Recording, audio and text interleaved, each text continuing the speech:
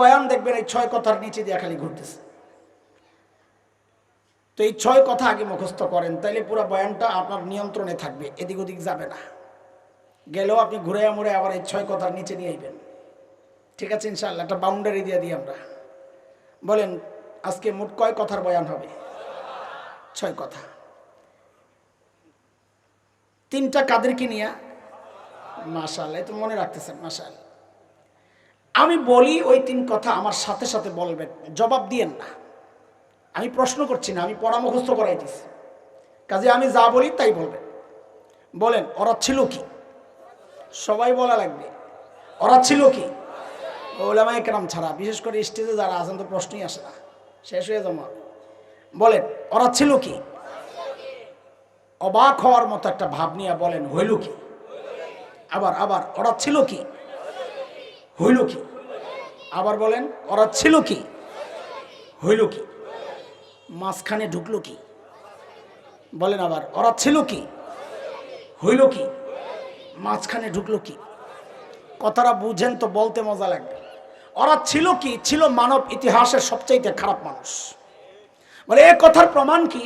বলে প্রমাণ সহজ কথা, কারণ ওদেরকে ঠিক করার জন্য আল্লাহ সর্বশ্রেষ্ঠ রসুল পাঠাইছেন। যেহেতু ডাক্তার সবচাইতে বড়, তো বোঝা গেল রোগীও সবচাইতে বড়। বুঝে আসছে কথা? হইল কি? মানব ইতিহাসের সবচাইতে ভালো মানুষ। আর সর্বনাশ, সবচাইতে খারাপ মানুষগুলো সবচাইতে ভালো মানুষ হয়ে গেল। কিরে ভাই, মাঝখানে কি ঢুকছে? কিসের ছোঁয়ায়? বলে কোরআন। মাঝখানে কি ঢুকছে? বলেন কি ঢুকছে? তো এইবার আবার বলেন তো মজা লাগবে। বলেন ওরা ছিল কি? হইল কি? মাঝখানে ঢুকলো কি? মনে থাকবে তো ইনশাআল্লাহ। আবার বড় জিজ্ঞেস করবো, পোলাবেন নাইলে কিন্তু মুরগি বানায় দেবো না পারলে। আমার মতো জাহেলকে নিয়ে কয় কথা। আগে বয়ানটা গুছাই নি, তারপরে বয়ান হবে ইনশাআল্লাহ। আগে মুখস্থ করা এলেই পড়া। আল্লাহ, সাহাবায়ে কেরাম যে জাহালত ছাড়লেন, মদ, জিনা, সন্ত্রাস, চাঁদাবাজি, মারামারি, কাটাকাটি, আমরা সেই জাহালতকে ধরলাম। সাহাবায়ে কেরাম যে কোরআন ধরে সর্বশ্রেষ্ঠ হয়ে গেলেন, আমরা সেই কোরআন ছাড়লাম। এই যে কাজটা করলাম, এটা আমাদের জন্য গর্বের না আফসোসের? তাহলে আমাদের 3 কথা এবার বলেন, ধরলাম কি? ধরছি কি? জাহালত ধরছি, মাথায় রেখে বলেন ধরলাম কি? আফসোসের মতো একটা ভাব নিয়ে বলেন ছাড়লাম কি? বলেন আবার ধরলাম কি? ছাড়লাম কি? এইভাবে হাত ওঠান, ওলামায়ে কেরাম না, আপনারা সবাই হাত ওঠান। উঠাইছেন? এবার কপালে একটা জোরে বাড়ি মারেন, আরে করলাম কি? এ মিঠা মিঠা হারে চলবো না, কলিজার থেকে বাইর করতে বোঝানো, পোড়া গন্ধ বাইর হয় নাকের মধ্যে লাগে। বলেন আবার ধরলাম কি? ছাড়লাম কি? আরে করলাম কি? কয় কথা হয়েছে? হ্যাঁ, পড়া মুখস্থ করাইতেছি, ঠিক আছে ইনশাআল্লাহ। মোট কয় কথা? বলেন সাহাবায়ে কেরামকে নিয়ে কয় কথা? বলেন তো ওরা ছিল কি? হইল কি? মাঝখানে? মাশাআল্লাহ। আমাদের কয় কথা? ধরলাম কি? ছাড়লাম কি? আরে করলাম কি? মনে থাকবে তো ইনশাআল্লাহ? এই পুরা বয়ানটা এতক্ষণ যা করছি, সামনে যা করব, দেখবেন এই 6 কথার নিচে দিয়েই ঘুরতেছে। ঠিক আছে? হ্যাঁ, ওই যে সাহাবীদেরকে নিয়ে 3 কথা, ওরা ছিল কি হইল কি? একটা উদাহরণ দিই আপনাদেরকে, একটা উদাহরণ। আল্লাহর নবীর এক সাহাবী ছিলেন হযরত সাঈদ ইবনে আমির আল জুমাহি রাদিয়াল্লাহু আনহু। দেখেন, গাল গল্প করে করে টাইম নষ্ট করার সময় আমাদের হাতে নাই। জরুরি কথা বলতে বলতেই তো টাইম শেষ হয়ে যায়, শেষ করতে পারি না কথা। সেখানে গল্প বলে টাইম পাস করার সময় কই? তারপরও বুঝানোর জন্য বলছি। আর এই গল্প কোনো বানোয়াট কিচ্ছা কাহিনী না।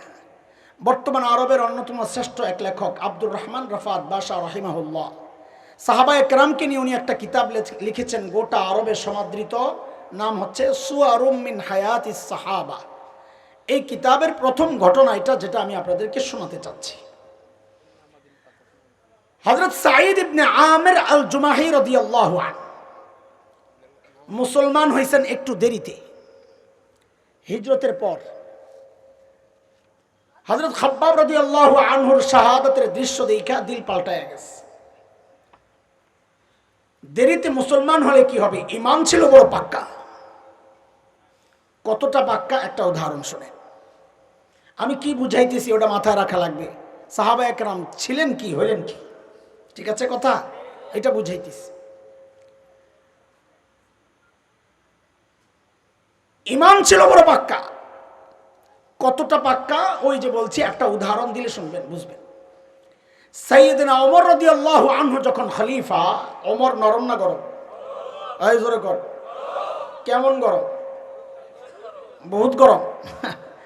বহুত গরমের একটা ছোট্ট উদাহরণ শুনেন হাদিসের, তো বুঝবেন কত গরম ছিলেন। আল্লাহ নবী সাল্লাল্লাহু আলাইহি সাল্লাম বলেছেন, ওমর যেদিক দিয়া চলে শয়তান ডরে আর ওই রাস্তায় থাকে না, আরেক রাস্তায় যায়। শয়তান ডরায় কম গরমে না বেশি গরমে? মাঝখানে একটা চুটকি শোনায় ফেলাই তো মাদ্রাসাওয়ালাদের একটু মজা লাগবে। ওলামায়ে কেরাম ভালো বুঝবেন, আপনারাও বুঝবেন। চুটকি তো চুটকি। মসজিদে নববীতে একটা গেট আছে, বাবে ওমর, ওমর গেট।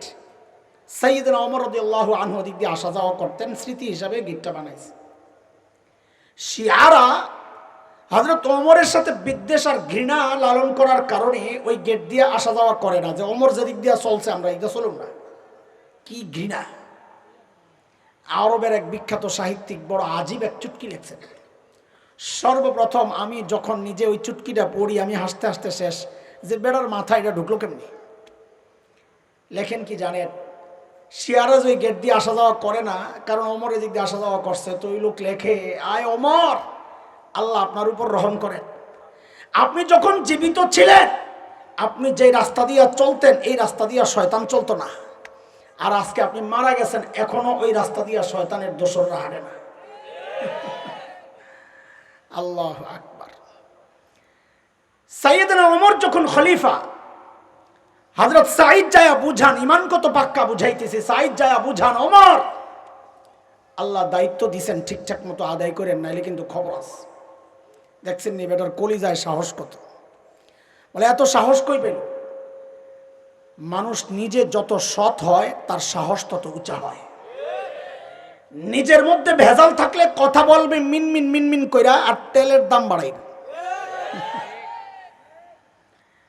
হযরত ওমর তো একদিন ধরছেন, মিয়া আমারে খালি নসিহত করো, তুমি একটু কাজ লো। ওমর এটা জিদ করে করেন নাই, আবার মনে করেন না জিদ করে করছেন। সাহাবায়ে কেরামের মধ্যে এই জিদ ছিল না, আমারে বুঝায়, আমি কম বুঝি, এটা আমাদের স্বভাব। ওমর চিন্তা করছেন, এমন একটা অনেস্ট আর সৎ মানুষকে যদি দায়িত্ব দেওয়া যায় তো জনগণ আরামে থাকবে। কারণ নেতা যখন সৎ হয়, জনগণ শান্তিতে ঘুমায়। এই ঠিকগুলাও জোরে কর না আপনারা, কারণ এটারেও ডরান। কি বিপদে আছেন চিন্তা করেন। হযরত ওমর হযরত সাঈদ ইবনে আমির আল জুমাহিকে জোর করে ধরে সিরিয়ার এক শহর হিমসের গভর্নর বানায়া পাঠায়া দিস। আমি আমার কথার ট্রাক যে রাস্তা, এটা থেকে একটু সরতেছি দুইটা কথা বোঝানোর জন্য। এই কথাগুলো বোঝানোর জন্য, যেই অঞ্চলের মানুষ যত ধনী হয়, সাধারণত ওই অঞ্চলের যারা জনপ্রতিনিধি হন, মেম্বার, চেয়ারম্যান, এমপি, তারাও ধনী হয়। আজকের দুনিয়ায় Bangkok, Singapore, Thailand, Dubai, Abu Dhabi, Karachi, Bombay, আমাদের চিটাগাং,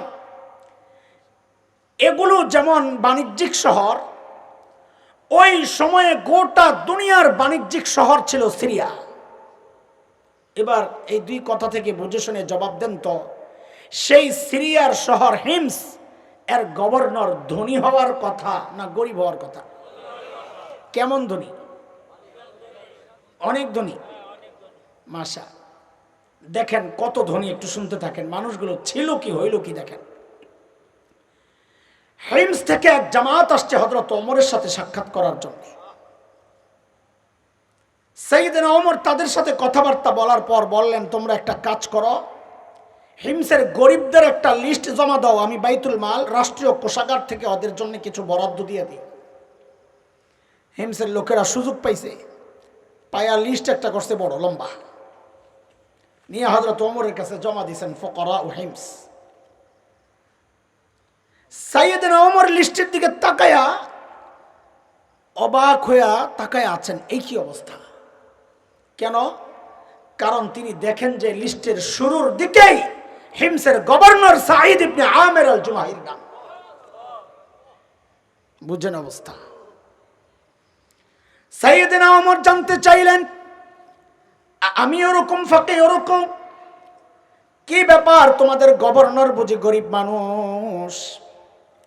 হিমসের লোকেরা জবাব দিলেন, বালা আমিরুনা আফকারুনা, আমাদের গভর্নর শুধু গরিব না, হিমসের মধ্যে সবচাইতে গরিব।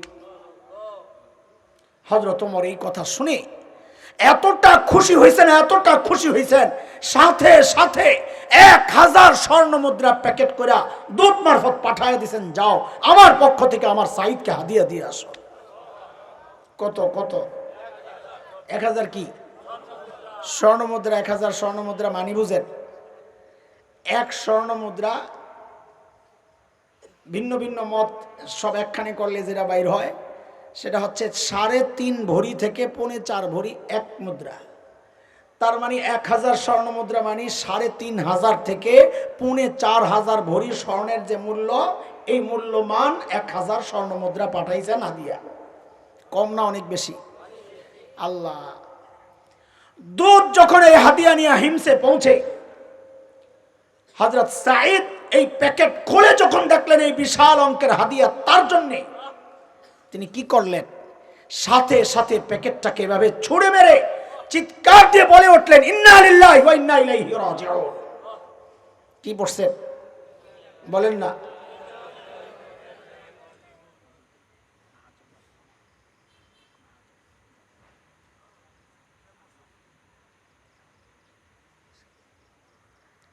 কি পড়ছেন বলেন?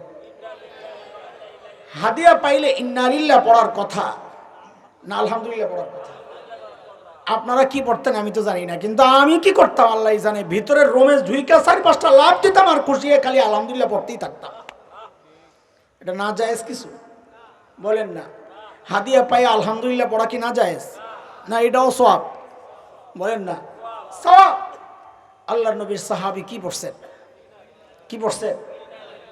বউ তো ভেতর থেকে ভয় পেয়ে গেছে, আরে মদিনা থেকে দূত আসছে, না জানি কোন দুঃসংবাদ নিয়ে আইছে আল্লাহই জানে।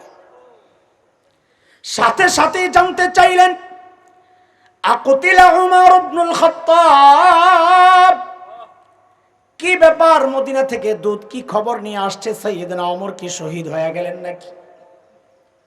হযরত সাঈদ জবাব দেন, না না, ঘটনা তা না, বরং তার চেয়েও মারাত্মক, তার চেয়েও।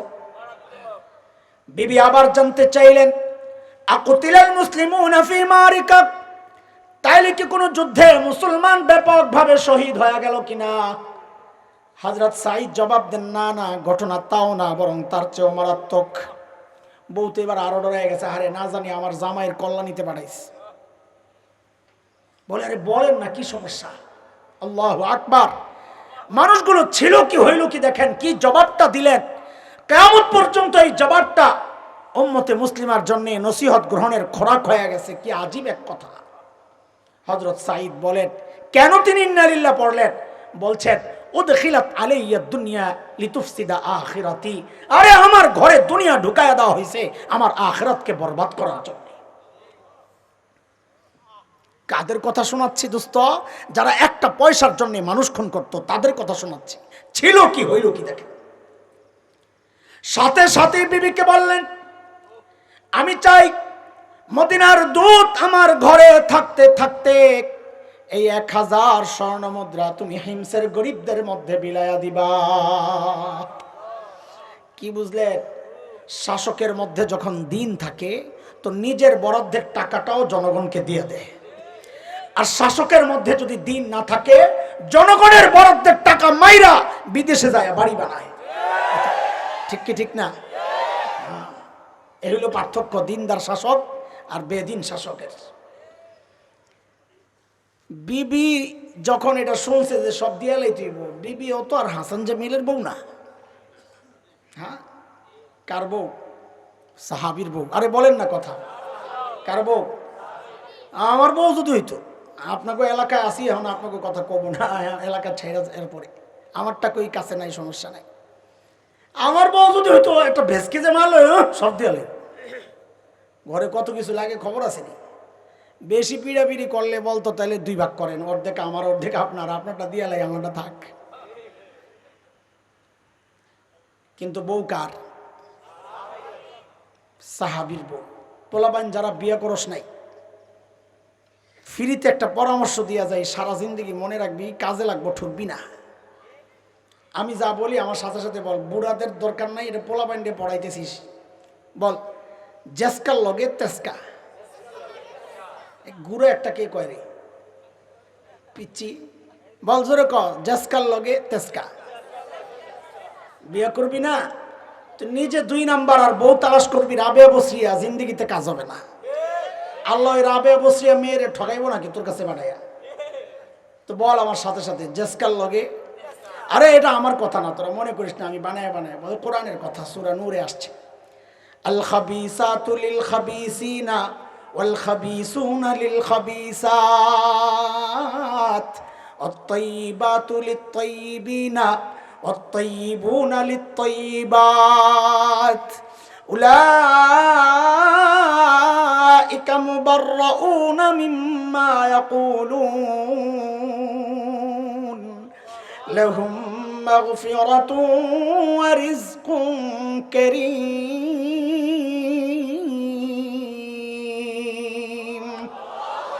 এই আয়াতটা ছোট্ট করে যদি একটু তর্জমা করি তো এমনি কম লাগবে, জেসকার লগে বল। বউ যদি 1 নাম্বার চাও, নিজে 1 নাম্বার হয়ে যাও। তুমি 2 নাম্বার হইলে আল্লাহ 2 নাম্বার পাঠাইব, তুমি 3 নাম্বার হইলে আল্লাহ 3 নাম্বারই পাঠাইব। হযরত সাঈদ যখন বললেন সব দিয়ে দাও, বউ তো সাথে সাথে রাজি, বলে এমনি বলা লাগে আপনি একটু অপেক্ষা করেন, আমি এখনই সব দিয়ে দিতেছি, সব দিয়ে দিস। দূত এই সমস্ত কারবার দেখা অবাক, আরে কই আসলাম, এরা মানুষ না ফেরেশতা।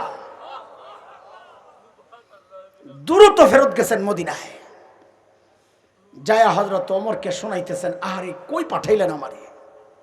সাইয়েদনা ওমর পুরা ঘটনা শুইনা এতটা খুশি হইছেন, এতটা খুশি হইছেন, সাথে সাথে বললেন এই কাফেলা রেডি কর, আমার সাইদকে দেখতে যাব।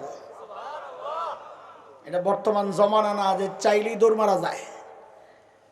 ট্রাভেলস ওয়ালারে ফোন দিয়েছেন, দোস্ত টিকিট পাঠাইয়া দাও, মোবাইলে পাঠাই দিছে, এয়ারপোর্টে কাউন্টারে দেখাইছেন, বোর্ডিং পাস দিয়ে দিছে, প্লেন উঠে গেছেন গা, ওই জমানা না। আরে এখন তো এমন জমানা পড়ছে মাশাআল্লাহ, টিকিটও লাগে না, পাসপোর্টও লাগে না, ভিসাও লাগে না, পিচ্ছি একটা, সব ইমিগ্রেশন পার হয়ে প্লেনে যায় বলিস। শুনেন নাই আপনারা? তাও মাদ্রাসা ছাত্র মিয়া, হেফখানার পোলা। আমগো এই পিচ্ছি পোলা বান্ডি ইমিগ্রেশন আটকাই তারে না, আর আমগো বুজুর্গ করে পাঠাইলে হারা ঠেকাইবো কেমনি বুঝি না কিছু। সাইয়েদনা ওমরের কাফেলা যখন হিমসে ঢুকে, গোটা হিমস যেন ভেঙ্গে পড়ে, চারদিক থেকে হাজারো লাখো মানুষ ছুটে ছুটে আসতেছেন। কেন? আহারে মদিনা থেকে আমাদের আমিরুল মুমিনিন আসতেছেন, আল্লাহর নবীর শ্রেষ্ঠ সাহাবী ওমর আসতেছেন এক নজর দেখার জন্যে। এ মুসলমান খেয়াল করেন, সাইয়েদনা ওমর বসা, পাশে সাঈদ ইবনে আমির আল জুমাহি বসা। হযরত ওমর চিন্তা করলেন, সাঈদকে আমি তো ভালো জানি, কিন্তু জনগণ কেমন জানে, এই সুযোগে একটু পরীক্ষা করে নেওয়া যাক। অনেক সময় দেখা যায় নেতার কাছে নেতা ভালো, কিন্তু জনগণ দেখতে পারে না, হয় কি হয় না? যেই না ওমর জিজ্ঞেস করলেন, এই হিমসের মানুষ, তোমাদের গভর্নরের বিরুদ্ধে কারো কোনো অভিযোগ আছেনি? থাকলে দাঁড়ায়া যাও। বর্তমান জমানা একটু চিন্তা করেন তো, পাকিস্তানের প্রধানমন্ত্রী কোন জায়গার? পোলাপান চিল্লায় ক। পাকিস্তানের প্রধানমন্ত্রী করাচি আইসা যদি করাচির মানুষকে জিজ্ঞেস করতো, এই করাচির মানুষ, আপনাদের নেতার বিরুদ্ধে কারো কোনো অভিযোগ আছে? তো মানুষগুলা মাথাটা নিচের দিকে দিয়া বলতো, অভিযোগ তো আছে, কিন্তু দাঁড়াবো না, দাঁড়াইলে সকালে শুয়া পড়া লাগবো। কোন জায়গায়? জোরে বলেন, তাতে আমার বিপদে ফেলায়েন না। কোন জায়গায়? পাকিস্তান। পাকিস্তান খুশি তো আপনারা? মাশাআল্লাহ, আপনারা খুশি থাকলে আমরাও খুশি। দোস্ত, ইসলাম নাই যেখানে জনতার কথা বলার অধিকারও নাই সেখানে। ইসলাম আছে তো সব অধিকার আছে। যেই না ওমর জিজ্ঞেস করলেন, কারো কোনো অভিযোগ আছে? থাকলে দাঁড়াও। ওই কোণা থেকে বুড়ো দাঁড়ায় গেছে, আছো? লাভ দিয়ে দাঁড়ায়, আছে আছে। মানুষের নেচার হচ্ছে মানুষ অনুকরণ প্রিয়, দেখা দেখি কাম করে। আপনি ঘাটটা ব্যথা করতেছে, রাস্তার মাঝখানে দাঁড়ায় আকাশের দিকে একটু তাকায় থাকেন, দেখবেন পাশে দিয়ে যারা যায় অধিকাংশ দাঁড়ায়া দেখবে আপনি কি দেখতেছেন। কথা বলেন। যে একজন দাঁড়ায় গেছে সাথে সাথে আরো তিনজন, কয়জন হইল? হযরত ওমর তো অবাক হয়ে গেছেন, আরে কারে দেখতে আসলাম, এর বিরুদ্ধে দেখি জনগণের অভিযোগের শেষ নাই। দেখেন মানুষগুলো ছিল কি হইল কি বুঝাইতেছি। ঠিক আছে, বলেন আপনার কি সমস্যা? এক নাম্বার, প্রথম জন দাঁড়ায় দিছে এক মারাত্মক অভিযোগ, আমিরুল মুমিনিন আমাদের গভর্নর না মাসে একদিন অফিসে আসে না। কয়দিন? আরে কয়দিনে একদিন? মাসে একদিন। আর আমরা তো সপ্তাহে ছুটি কাটাই 2 দিন, আরো মাঝখান দিয়ে কত বন্ধ ঢুকে যায়, এই বন্ধ এই বন্ধ, এইটা ওইটা, দুনিয়া আগমন দিবস, দুনিয়া থেকে বিদায় দিবস, দেশে ঢোকা দিবস, দেশ থেকে বাইরে হওয়া দিবস, এটা দিবস ওইটা দিবস। আমি মাঝে মাঝে চিন্তা করি, আরে সব দিবস দিতে দিতে তো শেষ। আমগো পোলাপাই না জানি দেখে যে বিয়া দিবস, তালাক দিবস, বউ জামাই মারামারি দিবস, নাই তো আর কিছু, আরো কয়টা বের করবো আল্লাহ জানে। আহা, আর ইসলামী শাসন ব্যবস্থায় জনগণের অভিযোগ গভর্নরের বিরুদ্ধে মাসে কয়দিন আসে না। হযরত ওমর তো রাগ হয়ে গেছেন, সাইদ জবাব দাও, জবাব দাও। আসামির কাঠগড়ায় ধনী এলাকার গভর্নর কথাটা বলেন তো সামনের কথা বুঝতে মজা লাগবে। আসামির কাঠগড়ায় কে? ধনী এলাকার গভর্নর। কি হওয়ার কথা ছিল? কত ধনী? অনেক ধনী। কথাটা মনে রাখেন। আসামির কাঠগড়ায় কে বলেন? হযরত ওমর তো রাগ হয়ে গেছেন, সাইদ জবাব দাও, কেন তুমি মাসে একদিন অফিসে আসো না?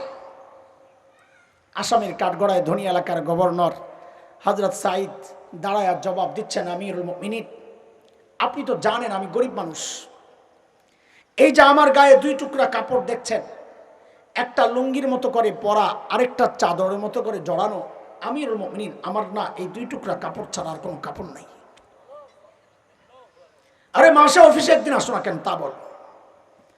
বলে 1 মাস পড়তে পড়তে দুর্গন্ধ হয়ে যায়, নিজেরও কষ্ট হয়, যারা আমার কাছে আসে ওদেরও কষ্ট হয়, তাই মাসে একবার উপরেরটা ধুইয়া দেই, শুকায়া গেলে নিচে পড়ি, নিচেরটা ধুইয়া দেই, শুকায়া গেলে গায়ে জড়াই। আমিরুল মুমিনিন এই কাজটা করতে করতে আমার বেলা একটু যায়, আসি না এই কথা ঠিক না, আসি একটু দেরি হয়। উনি হয়তো সকালে এসে আমাকে না পেয়ে ভাবছেন আমি আসি না। হযরত ওমর তো বুঝে গেছেন অভিযোগের ধরন। ঠিক আছে, দাঁড়াইছে যখন দ্বিতীয়, বলেন আপনি বলেন কি সমস্যা?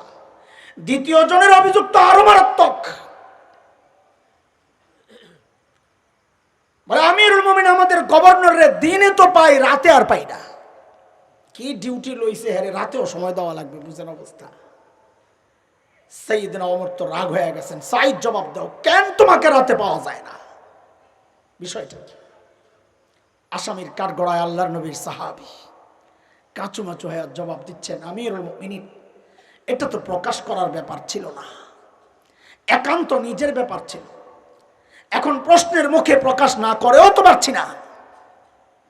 আমিরুল মুমিনিন কাসামতু হায়াতি বাইনা রাব্বি ওয়া বাইনা ইবাদি, আমিরুল মুমিনিন জীবনটারে 2টা ভাগ করছি। এক ভাগ রাতটা আমি আমার মালিককে সময় দেই, আরেক ভাগ দিনটা মালিকের বান্দাদেরকে সময় দিই। আমাদের তো সময় নাই মালিককে টাইম দেওয়ার। এই পোলাপাইনগুলা খালি দুষ্টামি করতেছে শুরু থেকে, কেন এদেরকে সামনে বসায় মজলিস নষ্ট করে, একদম কোনো দুষ্টামি নাই। ভালো না লাগলে উঠে যায়, দুষ্টামি বাইরে যায় করো, আর না চুপচাপ বসে থাকো। মালিককে টাইম দেওয়ার সময় তো আমাদের হাতে নাই, আমরা তো অনেক ব্যস্ত মানুষ, কত কাজ আমাদের, সুবহানাল্লাহ কত কাজ।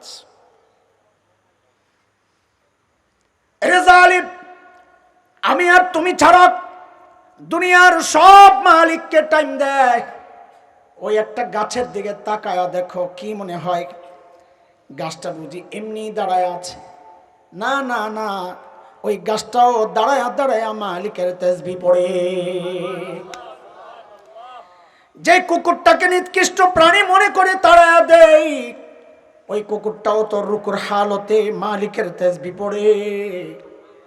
যে পোকামাকড়গুলোরে পায়ে দলে মেরে ফেলি, ওই পোকামাকড় গুলো সেজদার হালতে মালিকের তাসবিহ পড়ে। পড়ি না কেবল আমি আর তুমি, আমাদের হাতে সময় নাই, ব্যস্ত মানুষ। সময় বন্ধ একদিন আসবে, করার থাকবে না কিচ্ছু। সেদিন চিৎকার করে করে কানবর বলবো, ইয়া লাইতানি কদ্দামতু লি হায়াতি। আহারে সময় মতো যদি একটু পুঁজি বানায় আসতাম। আরে এখন তো সময় নাই আমাদের, তখন ঠিকই কানবো। মালিককে টাইম দেওয়ার সময় আমার হাতে নাই, অথচ এই হায়াতের একটা ভাগ কিন্তু ফেসবুক ঠিকই পায়, এই হায়াতের একটা ভাগ কিন্তু ইউটিউব ঠিকই পায়, এই হায়াতের একটা ভাগ কিন্তু খেলোয়াড়েরা, গায়ক গায়িকা, নায়ক নায়িকা ঠিকই পায়, এই হায়াতের একটা ভাগ কিন্তু আমার পরিবার সন্তান পায়, এমনকি আমার নেতাও পায়। পায় না কেবল আমার মালিক। মালিকের সামনে যেদিন হিসাবের জন্য দাঁড়াবো, সেদিন কিন্তু আফসোস করে করে কানবো, আহারে দুনিয়ায় পুঁজি কেন বানাইলাম না, কেন পুঁজি বানায় আসলাম না। এরে আমার ভাই, কলিজার টুকরা সন্তানেরা, আমার বাবা, একটু মনোযোগ দিয়া শোনেন। একটা ছোট্ট ঘটনা শোনাই, পুঁজি বানানোর ঘটনা। গত বছরের গল্প। আমার মাদ্রাসার এক ওস্তাদ আমাকে একদিন তার মোবাইলে একটা ভিডিও দেখাচ্ছেন। ভাই একটু দেখেন ভিডিওটা, কোন এক আরব দেশের এক টেলিভিশনের ভিডিও। একটা ইন্টারভিউ প্রোগ্রাম হচ্ছে, একজন সাক্ষাৎকার নিচ্ছেন একটা ছোট্ট বাচ্চার। বাচ্চাটার বয়স বড় জোর 13-14 হবে। বাচ্চাটা অন্ধ। অন্ধ মানে চোখ ভিতরে ডাবা, এটা আরবিতে বলে মাকফুফুল আইন, গর্ত গর্ত, বুঝছেন তো আপনারা, চোখ ভিতরের দিকে গর্ত। তো বাচ্চাটাকে উপস্থাপক জিজ্ঞেস করতেছে, আচ্ছা তোমার যে এই চোখের নিয়ামতটা নাই, তুমি কি ফেরত চাও এটা আল্লাহর কাছে, যে আল্লাহ আমাকে এই নিয়ামত ফেরত দাও? তো বাচ্চাটা ভাবলে সিন জবাব দিয়ে দিল যে না, আমি এই নিয়ামত ফেরত চাই না, আমি এই নিয়ামত ফেরত চাই না। আমি তো অবাক হয়ে গেছি, আরে বলে কি, বোকা নাকি? চোখের নিয়ামত ফেরত চায় না, কি বোকা? তো ভাবলাম, আহারে বয়স কম তো, এখনো সেই বুঝ আসে নাই, ম্যাচুরিটি আসে নাই, এই নিয়ামত কত বড় নিয়ামত এটা এখনো বুঝে না, এই জন্য বলে চাই না। তা আমি তো ভিডিও দেখে অবাক হয়েছি, কিন্তু যিনি সামনাসামনি বসা ছিলেন সেই উপস্থাপক তো অনেক বেশি অবাক হওয়ার কথা, যেহেতু তিনি সামনাসামনি। তিনি অনেক বেশি অবাক হয়ে জিজ্ঞেস করলেন, লিমাজা, আরে কেন তুমি এই নিয়ামত ফেরত চাও না, এটা কেমন কথা? আহারে বাচ্চাটার জবাবটা শুই না আমি বুঝে গেছি, আরে বোকা তো ও না, বোকা তো দেখি আমি বোকা, অত ঠিক আছে। বিশ্বাস করেন, আল্লাহকে হাজির নাজির রেখে বলছি, ওর জবাবটা শুই না আমি সাথে সাথে কান্না করে দিচ্ছি। আরে বললো কিসে? ওকে যখন জিজ্ঞেস করা হলো, এই চোখের নিয়ামত কি তুমি ফেরত চাও? বলে না, চাই না। বলে কেন চাও না? বলে কি জানেন, যে হাসরের মাঠে যখন বিচার শুরু হয়ে যাবে, যখন আমার ডাক পড়বে, দেখেন কি পুঁজি বানাইছে, যখন আমার ডাক পড়বে, এই ছোট্ট বাচ্চার কি ডাক,